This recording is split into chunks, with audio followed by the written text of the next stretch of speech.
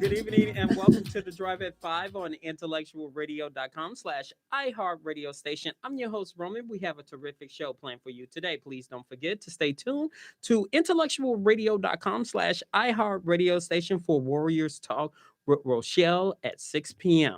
Tonight, my guest is an author and she is here to discuss her latest book entitled Hood Healing. Please give a Drive at 5 welcome to VL Harrison. Hey, Welcome to the everybody. welcome to the drive. This is your first time here. This is my first time here. Thank you so much. Drive at 5 when you're from Chicago normally means something bad. Drive at 5. But I'm happy to be here. Okay. Good energy. Hey, y'all. Yeah, so please give intellectualradio.com/iHeartRadio station your background. Absolutely. I am a Chicago journalist. I've been writing probably since I was 8 years old, but professionally, straight out of Columbia College, Chicago. So almost for 12 years, I've had my byline, V.O. Harrison. And as a Chicago journalist, one thing that I've been doing very heavily is covering community news. And I am from the west side of Chicago, as you are, Roman. West side, the best side. And as I've been covering Chicago over the years, I've noticed so many things change, but so many things not. Specifically on the west and south side, specifically considering equity to Black people. And so my background over the last few years have been changing the narrative of Black folks in Chicago. I am a former reporter of The Tribe, Ebony Magazine, you name it. I have byline in Chicago Sun-Times, Tribune, and I've been working really hard to be a voice for the young Black people in Chicago, creating that narrative, creating a space for people to talk, for people to think freely. And that's pretty much my background, a voice for the people. So please tell us about your book, Hood Healing. Absolutely. I am so pleasured to be here with Intellectual Radio, one of my local favorites. My book was inspired by the need to talk about the violence in Chicago. And it is completely horrendous. The statistics are so far-fetched. The homicides to suicides, the being one of the highest violence rated cities in America. I found that the entire nation is interested in Chicago violence. They have renamed us Chirac. When I travel and I'm talking to people at the airport, the moment I say I'm from Chicago, they ask me, do I know anyone that's been shot? Actually, I do.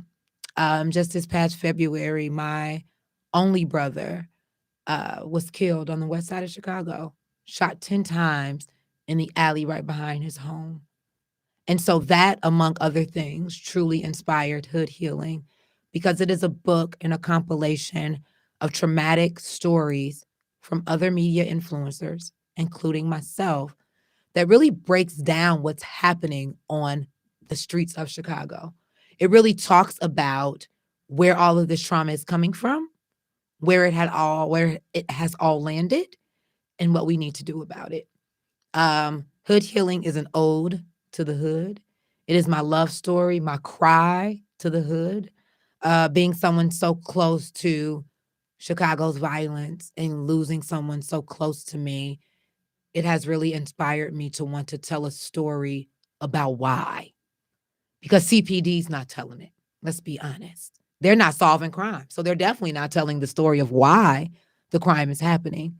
And so Hood Healing dares to connect ancestral trauma to current, present day trauma on the streets of Chicago. In your own words, define Hood Healing and why you think it's needed in the hood. Great question, Roman. Simply put, y'all, the hood just needs healing. I mean, we are out there suffering from not just murders happening to younger people as young as 5 years old in McDonald's driveways, but we are suffering from carjackings. We are suffering from car theft. I mean, there is so much crime happening, and the root of that is really in the pain of Black people in Chicago. When we look back decades of the 60s and the 70s in Chicago, when project housing was the way of life for a lot of inner city Black people, we just saw a reborn slave ship. So much of this ancestral trauma is really redefining itself. It got a new name and we're still living in it. But why you think it's that? Why you think it's so? I believe that the powers at be are not expecting Black people to have a problem and articulate that problem. We have become so swept in the life that we have been handed. We are so used to trauma and trash and blight in our communities and dysfunctional homes. But do you think it's the bare minimum? It absolutely is. Black people are absolutely used to the bare minimum. I'll repeat that. Black people are absolutely used to the bare minimum. In most cases, we don't know anything but the bare minimum. If you have a Black child who does not leave their community because their parents can afford to take them, say, downtown Chicago, you're talking a West Sider or a South Sider. This young person doesn't visit museums. They don't see a good school in their lifetime. That is the norm. That is what they know. Most of our schools can't afford tissue, let alone dated books. And so we're talking about a situation where most young Black kids are being raised in the exact same pattern in which their families were being raised poorly, within not anything, with no rights. And right now, when you look on the West Sides and South Sides, the story just was reported days ago, weeks ago, that an Aldi on the West Side of Chicago was closed down. That is the second one in the last 3 years. For no apparent For reason. no apparent reason. We think about taking essentials out of Black neighborhoods, wondering what that leaves us feeling. It's traumatizing. But if you look at the essentials in comparison Mm-hmm. to a Hispanic neighborhood, they bring their own They essentials. do. Why we can't do that for ourselves? Why we That can't? question always comes up in conversations like this, and the answer is as simple as education. We are But that's not simply, necessarily true. is it not? No, it's not necessarily true. And I'm going to tell you why. Please. Because I think it's to the point when you first came in, Mhm. you said this been heavily guarded, meaning the studio, Absolutely. intellectual radio. People didn't share information.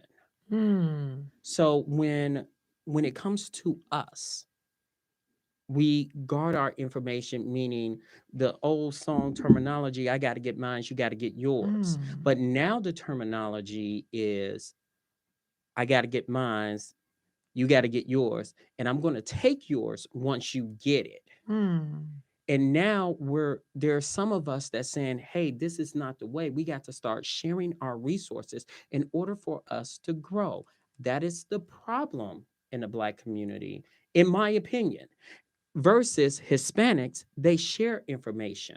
Hmm. And I think that also boils down to education. Education. We are not, I think it's selfish it education. is, it can be. I think sometimes we take for granted how powerful we are as a people, how if we were to move in numbers, things could actually change. And that is because we don't believe in ourselves. That is because we're not educated from birth of who we are. If we were educated of the strength of who we really were prior to our ancestors being dragged over to America, we may be empowered to make some things happen, Roman. We did make things I happen. believe we did. We absolutely We did. You made and I are making things happen right now. um, Obama president. Absolutely. Blacks came out to vote. They did. Trump out. Hmm. Now look at what we're doing. Look at what the government is doing. Hmm. So you're saying, like to the naysayers, okay, I did my part. Now you see what they're trying to do. Hmm. Just now, today, the DOJ, the Department of Justice, Hmm. is suing Texas. I saw this. And they saying, okay, finally. But what took you so long? Right.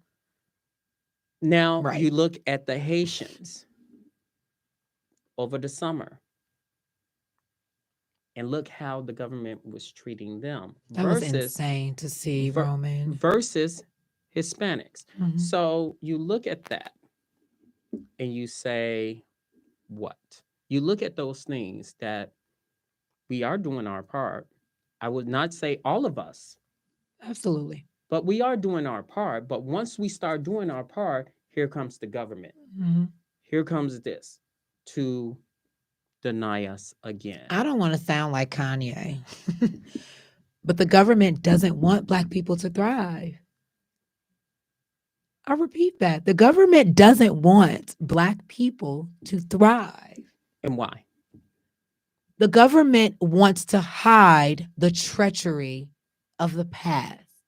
And The that is, government realizes that if it allows Black people to thrive, Black people will become educated enough to know what the government has done to our ancestors.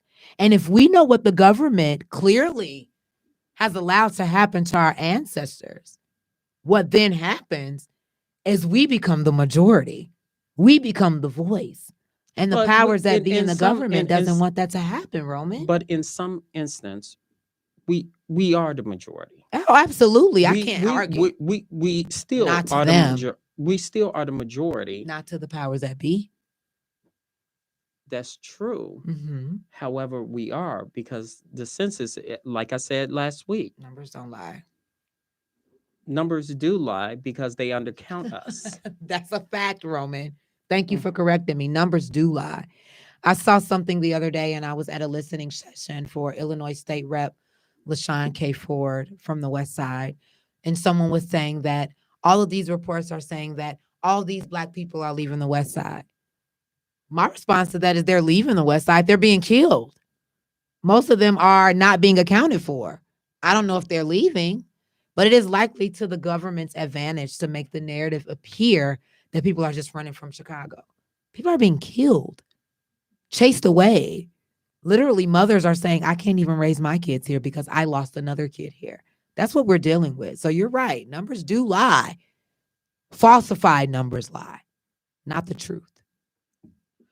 In your book, you use the term woke to describe the challenges young people face, including the trauma endured in the hood. Why the term woke is a good terminology to describe the challenges and trauma young people face in the hood? We need to redefine woke. Why? Woke and manifest and all these normal, very live streamed and viral words are being convoluted by memes. Let's talk about what woke means, because woke doesn't necessarily mean that I hop on the internet and I blast everybody that's not educated, right? That's not what hope means. And woke doesn't mean that I am a Hebrew Israelite or a Muslim, or I am someone that is against the white man. All right. I believe that that is what our culture is starting to define as woke principles that say that I am Black and that I am better and that you are white and that you are wrong. And those sentiments, that thought pattern only continues to engrave racism in our culture. Woke is simply being educated about being Black. It's not saying that anybody is different or anybody is wrong. It's saying that I'm Black and that's all right. Then, if you're using the term woke and Mhm. saying it's about Black, then what about the isms? The isms. What defines the isms in the Black community? The Black community cannot define their isms or don't know what their isms are. Mhm. The reason I'm saying that is because the Hispanics know their They know isms their isms. The and white Arabs know their communities isms. know their isms. Mhm. But when it comes to our culture, we're still trying to define our isms. What is our isms? Because it's not culturalism, because we're still divided on our That's very culturalism. true. What is your thoughts about that? I believe one of the things that's really hurting this community and why we cannot define our ism is happening right inside of our homes. The dysfunction of the Black family, the dysfunction of the streets causing Black dads to be out of homes, the baby mama era. We are very comfortable and we've adjusted our lives to single motherhood or grandparents raising children. That is the core of our culture, and that's gone wrong. So we can't identify our isms, Roman. How? How do we create philosophies for the outer world when inside of our own communities and our own homes, we are completely broken. Most of our children aren't being raised with dads, some moms, some either. Most of our children are not receiving adequate education. Most of our children walk outside of their neighborhoods and they have a chance not of COVID, but of death from a bullet. I can grant you that, and some people will agree with that. Go for it. If not, most will agree with that. Fair enough.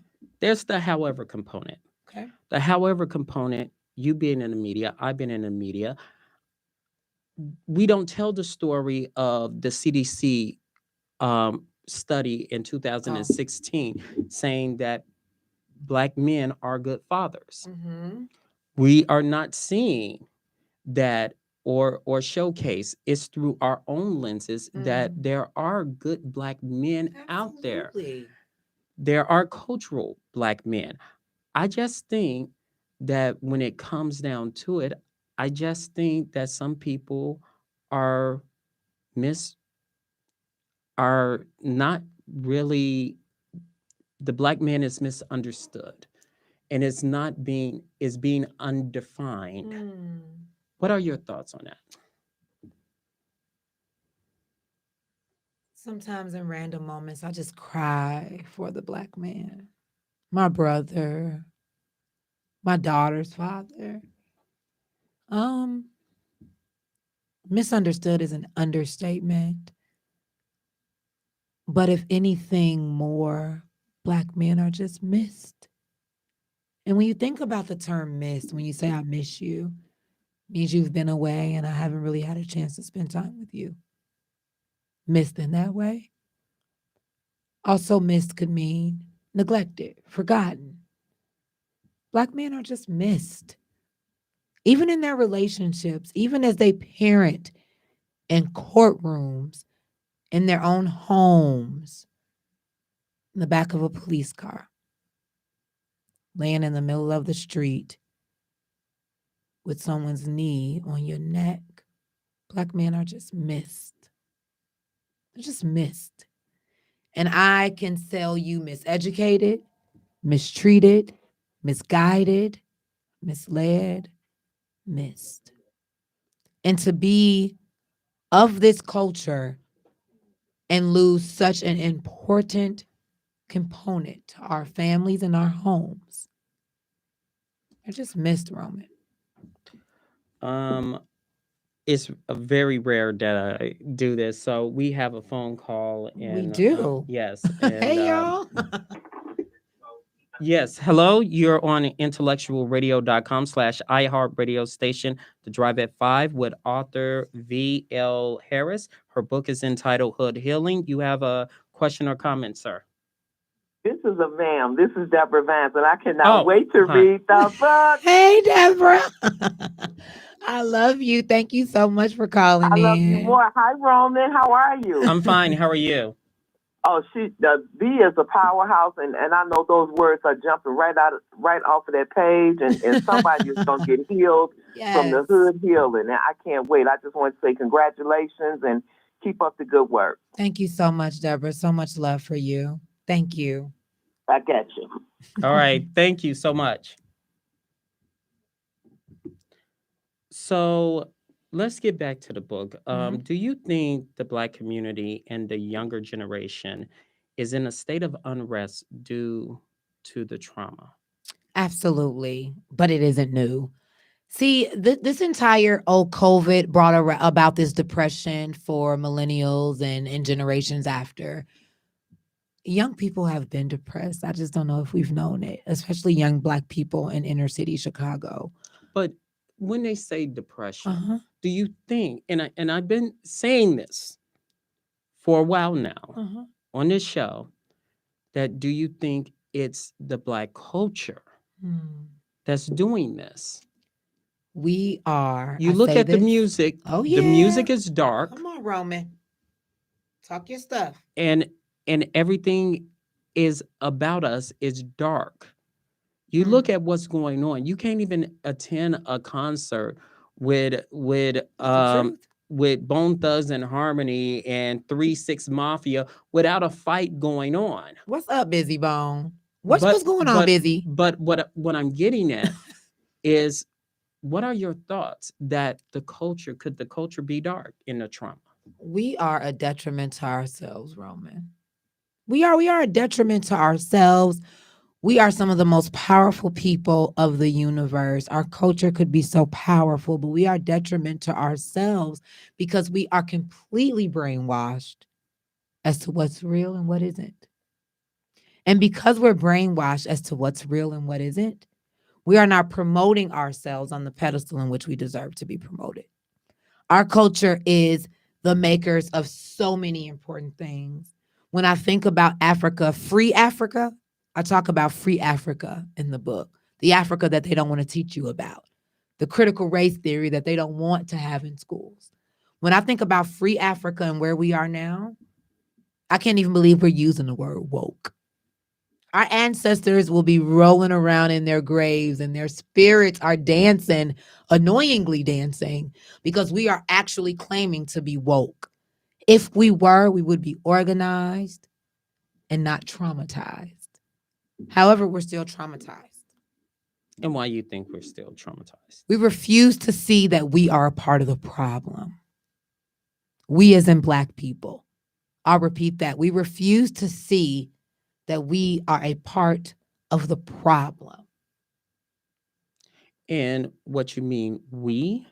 Do you mean we as everyone? Black people. Black people. Okay, so I'm going to challenge you on that. Go for it. Okay, define we. Because when we look at we, I'm thinking that the media instigates this. Mm-hmm. I think that individuals, I'm going to give you $500,000 so you can talk bad about your sister, about you, and and make her sexual, make her, degrade her. And most rappers, they do that. I'm not saying all. I said most. You said most. Now, how can you say we? If I'm not doing it, Fair. you're not doing it, Fair. but there's, you can say majority are doing it for the right price. Your thoughts? The problem in the hood is that we don't want to be a part of the we. You and I sitting here talking about the trauma does not define us, Roman and Veronica. We're we. We are the Black people in inner city Chicago that I'm talking about, whether we are a good influence or bad. And the reason I refuse to separate us is because that's exactly what sometimes media tends to do. That's exactly what local government tends to do. Let's separate the suburban Black moms from the inner city Black moms. Let's give them better grocery options, but the Black moms with their WIC coupons have to go miles away to get fresh fruits and vegetables. Let's stop separating the we. We are we, whether we like it or not. I need to claim the crackhead as my brother, as I have claimed the pastor as my brother. And the reason that that needs to happen is because that is the unity that we envy that white folks have, Arabs in our community have, people of Chinese descent have. They're not saying, oh, we over there and we over there. But it goes back to what I said before. Why can't Blacks mind their own business? What business, Roman? The reason why I'm saying that is because when Asians were in trouble, they run to the Black community. When Hispanics were in trouble, they run to the Black community. And here comes our pastors and here comes our leaders. I'm coming. I'm a coming. Because when you don't have power to fight for yourself, you still want to fight. Most Black folks don't have power to fight for themselves. I disagree with you on that. Tell me why. And the reason why is because it's kind of like this. Okay, don't go outside, and I know I'm gonna put some money in some feathers. That's what we do. And that's what good healing will do. Okay, we run around and help other ethnicities, and we pretend that our shit don't stink. And every single time, and I know I'm going to put the money in a swear jar. It's okay. I know a lot of these leaders, they pretend everything is good, but we need to fix our own, you know what? That's real talk. That's real instead talk. of worrying about everybody else. And when they have problems, they want to come to us. And then we say, oh, okay, we're going to help you. And then Mm. once they get the money from the government, once they get the money and stuff like that, like the Asians receive what, $54 million Mm-hmm. for reparation. Mm-hmm. And Afghanis receive like $250 million to get them established. Mm-hmm. What we get out of the deal? Not much. And just like the trauma, we're used to that. I wrote a story for the tribe. Shout out to the tribe. Hey, y'all, Morgan, Tiffany. I wrote a story for the tribe that talked about how Black business owners post COVID, after the riots, because COVID was happening simultaneously with riots post George Floyd's murder. I was writing about how Black business owners did not even trust local government, Lori and them, that's Lori and them, to do what needed to be done to build their businesses back up after the riot. All right. Most of them don't trust the government around them, definitely not the federal, but the local government, the alderman, the mayor. Because over and over again, what we've watched is funding being allocated to the same old organizations. And so organizations often being left out in the cold, pun intended in Chicago, left out in the cold. Things being left out in the cold, government not paying attention to organizations that don't normally get funded becomes a normalcy in the hood. Why would But that's I? not necessarily true, and I'm going It's to not. challenge Tell me it why. because I know several organizations, particularly, and I'm not going to name names, Fair enough. on the West Side, Okay. receive millions and millions of dollars, and it Uh-huh. goes back to our conversation earlier. Do, they bare minimum, And Roman, I and know and and and particular and organizations that hold don't on, receive the funding. I'm not and gonna name names. but here's the problem here. Mm-hmm. The problem is that you have white organizations that receives the money. Hmm. This is a name that I can because it's factual. Arnie Duncan. He said Okay. he can curb crime. He received millions and millions and millions of dollars, and numbers are not in his favor. Hmm. So why organizations, including black ones, Mm-hmm. are receiving federal money and they continue to do the bare minimum? Roman, it's politics, which is another way of just saying crooked, Crook County. We know that there are connections out here in our inner city communities where most people don't receive what they need. We know that there are instances when a lot of Black business owners open something up, but they know they won't get funding until years go by because they know that some other organization that's been around takes precedence. It's politics. The issue in this city is that no one really wants to step up. Not no one, a lot of no ones. A lot of people need to be willing to step up and talk about what the problem is. And the problem is not just the money being wrongly allocated. The problem is that when the money comes in, Black people don't know a thing of to do with it. A lot of Black companies don't know where to start. A lot of Black startups aren't being funded because they're being looked past because they don't even know how to market themselves to get funded. We're dealing with so many things, and I have to bring this back to you. I think I said this 10 minutes into the show. Education and lack thereof. We can argue, we can conversate and talk about what the issue is in Black Chicago. And I am always going to bring it back to the lack of education. If we knew. In your book, you paint a vivid picture of your own challenges and trauma in the hood. Can you describe some of the challenges and trauma you faced in the hood? Absolutely. Growing up, it was six of us growing up. Again, my only brother who was murdered on the west side, he was the oldest. And I have four sisters, five girls. Growing up in a big family like that, first of all, we were a two-parent home. That was not normal in the hood. We literally had folks asking us, y'all got the same mama and daddy? We didn't even know what that meant. All right. Of course we have the same mom and daddy. Don't y'all? Again, trauma embedded so deep within our culture that our young people don't even recognize a healthy looking family. But our family wasn't healthy. My dad was strung out on crack for years. I didn't know. I was young. I was going to school. I was young, but my brother and my older sister actually witnessed an addicted father. And so, again, trauma playing out in my household. And it didn't have anything to do with the fact that he was a bad person. Drug addicts aren't necessarily bad people. But what happened is that the streets that were traumatized prior to my dad created his trauma.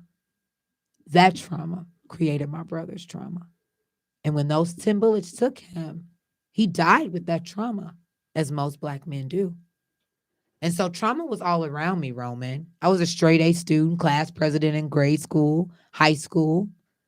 You know, I still could not escape trauma, though. Growing up on the West Side, eventually moving to local suburbs, trauma was there. The inequities were there. Being shut out of some places because I was Black was still happening to me. And we are what, 10, 15, 20 years removed from Jim Crow. So I experienced things, the racism that my mother experienced, microaggressions, but we were still here. So trauma has surfaced in my life, my entire life. And now at 34, I'm finally able to see it for what it is. I didn't know it was trauma. And that's the thing. Most Black people don't know that it's trauma. They don't know what to call it. It becomes normalcy. How did those challenges and traumas made you a stronger person? I don't know if I'm strong yet. I was just having this talk just the other day Do with you my think that mom. writing the book is the first step of making you stronger? Absolutely, because I'm telling my truth.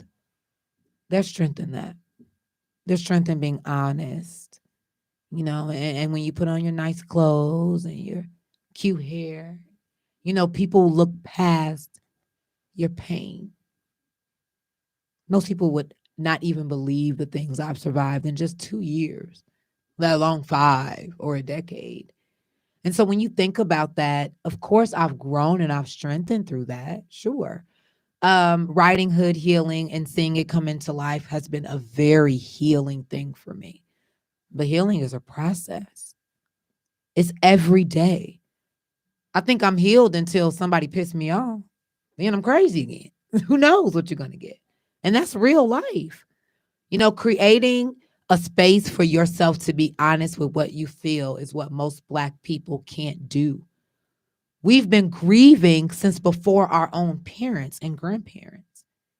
Imagine being connected to your fellow brother by lock and key and chain. That trauma lasts forever. And so, absolutely, I'm healing, but it's a process that might take longer than I'm okay with. As a Black woman, the hood can be challenging at times. Mm-hmm. How can a Black woman or a Black man grow or set a path to say, these are my roots? However, these challenges and traumas are not me. I think we embrace our roots. America continues to tell us to not teach what happened to us to our young people inside of the classrooms, and to be ashamed because Africa is dirty and destitute, and where our ancestors came from is not even of living conditions. That's a lie. That's a lie. It's an absolute lie. Why is it a lie? Africa is, when it was free, prior to dragging our ancestors here to America, was thriving. Well, its land, its animals, its leadership was thriving. We don't know that Africa. How are you going to go somewhere when you don't know where your people's been? How are you going to go somewhere? How are you going to believe in yourself when you're lied to about who you were in school? The Pilgrims, the Mayflower, everybody was just all nice and they just came over here to make amends. No. I think the story needs to be told, and part of Hood Healing does that. It tells the truth about the ancestral trauma so that we can dig deeper to the current trauma, because that's why we're losing so many of our brothers and sisters right in the middle of the street. We're not understanding why it's happening. It's just happening. And then we've got local government blaming us. We're just barbaric. We're animals. We're not educated. We're ghetto. In a way, yes, I can agree with that. Okay. You like to agree with me, Roman. I can tell. However, Mm-hmm. that's the however component again. Okay. Okay, how It's like you can say we need to educate ourselves. And I keep on saying why you say that Mm-hmm. when studies after studies have shown that Black women are the most educated woman on the face of the planet. Repeat that. Number Black two, women are the most educated on the face of the planet. Can't deny that. number two, Mm-hmm. there are growing numbers of Black men receiving their bachelor's and PhDs Mm-hmm. and masters as Mm-hmm. well. Mm-hmm. Growing number, Growing more, numbers. more than usual. Mm-hmm. However, it goes back to what I said before, which brings me to my next question. How today's Black culture defines us now in the Black community. Because you're saying it's lack of education. Mm-hmm. I'm saying that people are figuring out I have to go outside the hood Mm-hmm. in order to get the type of education that I want or that I need, Mm-hmm. then possibly come back to better it. You say regarding the Black culture defines how the today's Black culture defines us Mm-hmm. now in the Mm-hmm. Black community. You know, Roman, Gerard McClendon talks about award-winning journalist and Emmy award-winning journalist Gerard McClendon, formerly with PBS, talks about rap music and welfare and aid to Black people being the crippling impact of the culture. And when he talks about that in Hood Healing, he specifically talks about rap music being traumatizing and how in our own music we celebrate killing each other, sleeping with each other's men, broken families, degrading women and men. And for generations who don't know the past, because the past is continually being whitewashed, this is who we are. A Black man is rich with gold chains, pretty women, a huge mansion, and a record deal. And if I'm 15 years old and I don't know anything about Sojourner Truth or her truth, that's what I know. And so the whitewashing and the watering down of our history and the Black people following the degradation of our culture is going hand in hand. This is what young people know us to be.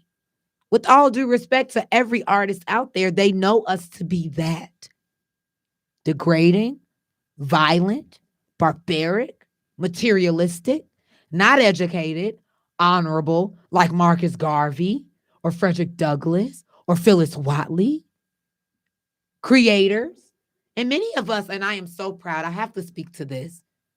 Many of us are educating ourselves and strengthening ourselves to carry on the legacy of our ancestors, but not enough of us.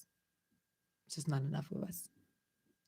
But again, you have outlets like this on Mm-hmm. intellectual radio Mm-hmm. where you feed your brain. Absolutely. The problem is that again, the resources. Absolutely. The resources aren't going to inner city children on the youth on the west and south sides that But are lost. is that contributing to the Black leadership? It absolutely is. And why is that? We vote for them every year. Before we criticize the Black leadership, let's go inside the home. Let's go back in the crib.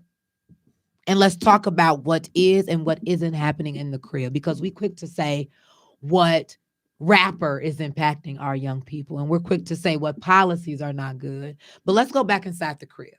All right. But before you say that, Okay. okay, I asked this question last week, Mhm. and I think I alluded to.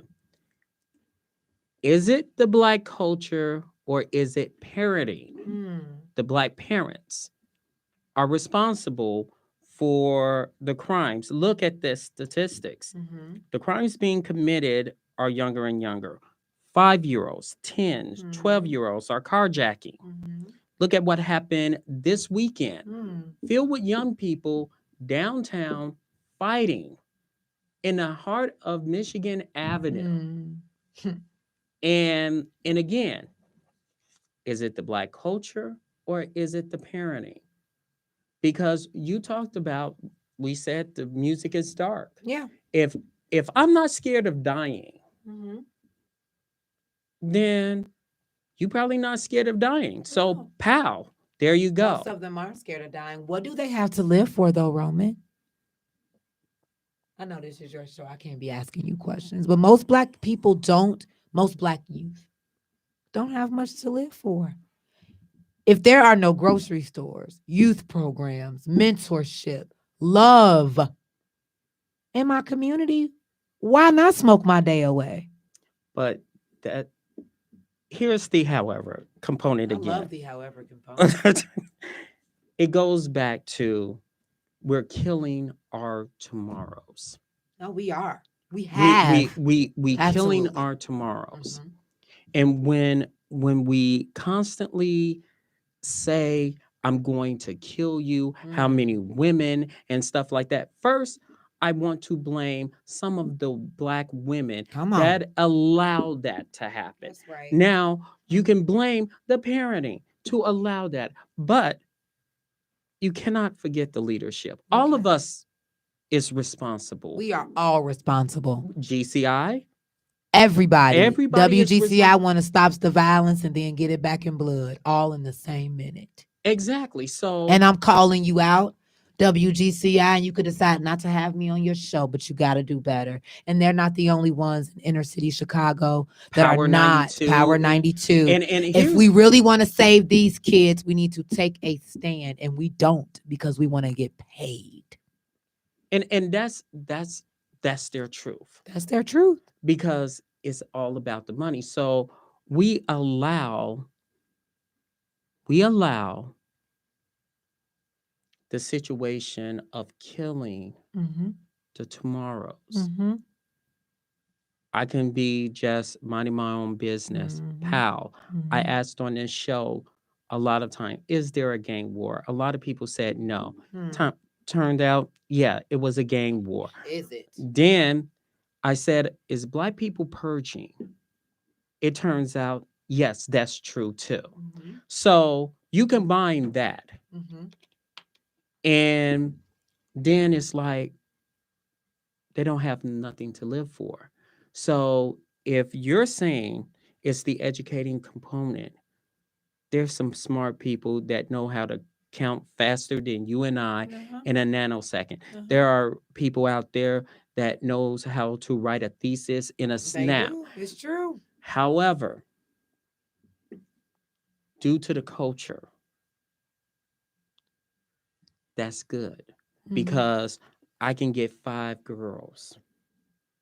I can get a side chick. Mm-hmm. I can get this. Mhm. And we glamorize this, you know what, Mhm. every Every day. single day. It looks And better. and the media needs to be ashamed of themselves. Oh, yes. But the black leadership is MIA on media. They are afraid.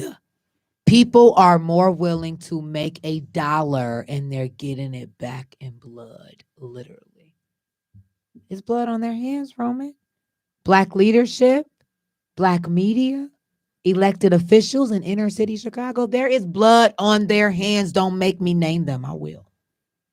It's intellectual radio. Go ahead. There is blood on their hands.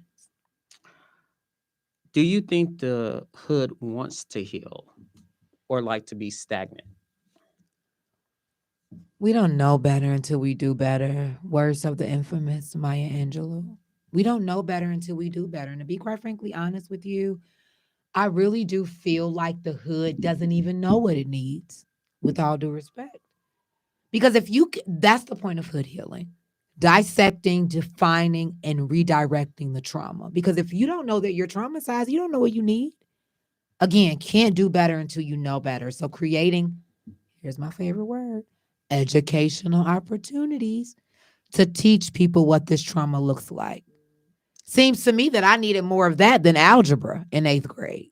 Okay, you have resources. I do. You have connections. I do. You know some of these rappers that makes millions and millions of dollars. I do. Okay, Mm-hmm. here's an idea component. Since you said education, Okay. how many schools closed Oh, in the Austin community alone. I have been writing to answer that. I don't know an exact number. I've been writing about school closure since 2010. Okay, so 2021 it the is. last closure, North Lawndale is what I wrote about a year ago. It was right? replaced. So you look at 54 closing, Mhm. majority African American Yep. communities. Okay, here's a solution because you like to deal with solutions, right? Only. Okay, why these rappers can't gather their money up and open up a school? You talk about education. Mhm. Again, we talked about black women are the smartest person Mhm. on the planet. Mhm. We talked about that. Okay, it's I believe it's $10,000 to $20,000 to get a closed school open, Mhm. and they can name it themselves, Mhm. and they can teach the curriculum how they want to be taught or taught. Mhm. So if LeBron James can do it, why can't Chance the Rapper can do it? Why can't Mm. Twister do it? Mm. Why can't, people with the money could do it? Mhm. Why? You mentioned education. There's a solution right there. There is an absolute solution, and that isn't the only one. And I think to answer that, I can't answer for anyone else. I can't answer for Chance the Rapper as to why he didn't open up a school in Chicago. But to answer for myself, what I know is that in most cases, people are so ashamed of this city. And they can say what they want. They can put on their little number 3 hats, and Kanye can make beats all day long about summertime shy. But Kanye is helping the homeless in LA, and there's a homeless problem in Chicago. There you go. And Oprah has opened up schooling in Africa, and our schools, Chicago public schools, don't have tissue and dated books. Then you have Michael Jordan, who has a statue, and he makes in our black community spends billions of dollars getting his Nike shoes. Roman, because the idea is this. The idea is that in order to save my hood, I need to leave it. And I am sorry, with all due respect, that is a cowardly mind frame. To save the hood, if you a real G, you a real OG out here, you staying in the hood to save it because there is no other way. And most of those people have gone on and their bank accounts have surpassed what we will ever see sometimes in our lifetime. And many of them are not interested in addressing the issues here because their families are no longer a part of the issues here. Kanye's mom don't have to deal with shooting outside of her window in Inglewood on the south side like she once had to deal with. Now, with all due respect, that man deserves the life that he's worked for. But if you true to the hood, you're not going to leave it and neglect it. Oprah, yay. You're not going to do that. But we cannot forget Jennifer Hudson. Let's not. I can name people over and over again and they might come for me. That's cool. There's several of them, Roman. But before we name names, let's generalize the entire purpose. And the purpose is to stay in the hood to save it. Our ideal is that the hood is so messed up. Let me hurry out, raise my babies, and get the hell out of here so we can live. My siblings and I all did it, except my brother. And the hood took him. There's the however component, and the however component is how can we survive the hood? You talk about hood healing. How can you can't be in your house 24/7. You can't be. Sometimes you be in your house, you get shot in your house. The only way, there's no way to be bulletproof out here. All right. You and I have a chance right now walking out of this studio, Roman. There's no bulletproof. There's no chance. But the only way to equip yourself, here we go, education. Again, if you don't know, then you don't know.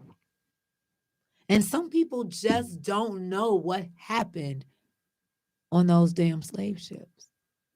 Some people don't know why we got to the housing projects. But again, you talk about academics. Look at what's happening at city colleges of Chicago. That's another thing. And then We're gonna have you back. Oh, you're gonna have me back. That's without a doubt. With the book in hand. There's a lot of Black academias out there that applied for adjunct professors or professorship at at city colleges. They've been denied because of their skin color. They have been denied not because they don't have the resume, not because they don't have the experience. They're being denied because of the skin color, because now it's a whole bunch of Hispanics teaching Malcolm X. They're actually courting Hispanics. There's a large, like 54% currently of Hispanics that's currently in Malcolm X. 34% is African American. Why is that? And they're in the African American community. Local government is doing all it can to hide Black history. But here's the facts. The facts is you got a City Colleges of Chicago president that's African American. That's African American. So why Black leaderships is not putting pressure on him? You got Chicago State, you got Harold Washington College, and it's all filled with either Indian, white. You talk about education, and you have people that's willing to educate. They're blocking the door. Why? Roman, that's intentional. A lot of that is not by mistake. Most of it is closed doors, hushed mouths, under the table cash. So much of that has been happening in Chicago because, again, people are after the checks and not the change. They're after the pennies and not the pain. You're not going to change nothing if you're selfish and you're trying to win an election or get a grant or make sure your name is at the top of the budget list when Lightfoot puts out the budget. Some people are not thinking about what's wrong. They're only thinking about how to make themselves right, their own pockets. And they're not being held accountable, Roman. That's the truth. What you want people to get out of your book, if I'm listening to intellectual radio right now, what you want the readers to get from Hood Healing?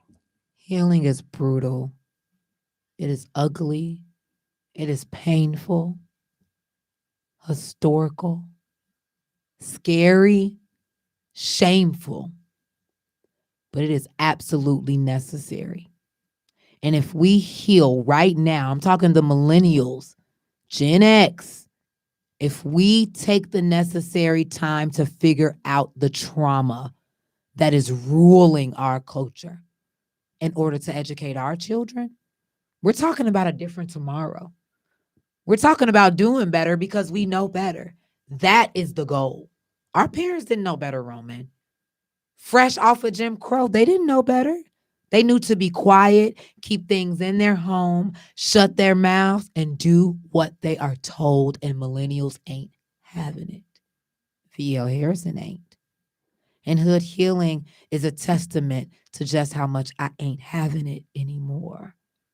It is a necessary component to inner city education. Telling the story, connecting the trauma, because that is the only way we're going to be able to educate our children. The only way. How can people purchase your book and get in contact with you? Ooh, available on Amazon this month. I've been saying that a lot, but I mean it this time. This month, Hood Healing has had some bumps. And Hood Healing needs some healing. We've had some bumps in a row with our deadline, but I am so excited to say that it'll be available on Amazon. Happy Healing Days. Okay, happy holidays to you. Happy holidays, Roman. Yeah. I am on Facebook. Please follow my Facebook group, Hood Healing Fan Club. It is lit. Almost 700 members, and I'm so excited because people are having conversations simply by sharing stories and sharing memes and statements. People are having conversations that are honest and healing. All right. On Instagram, Veronica Lynette. On Twitter, VL Harrison. Follow me and listen to me. I know what I'm talking about. We'll have you back here. Absolutely, Roman. That's going to do it for us on The Drive at 5. You guys have a wonderful week. Thanks to Earl Winfrey, our executive producer. Wanda, who's behind the scenes. And don't forget, next week, we have the one and only Teresa Griffin live in our studios. All right. Have a good one, everyone. This was great. Thank you.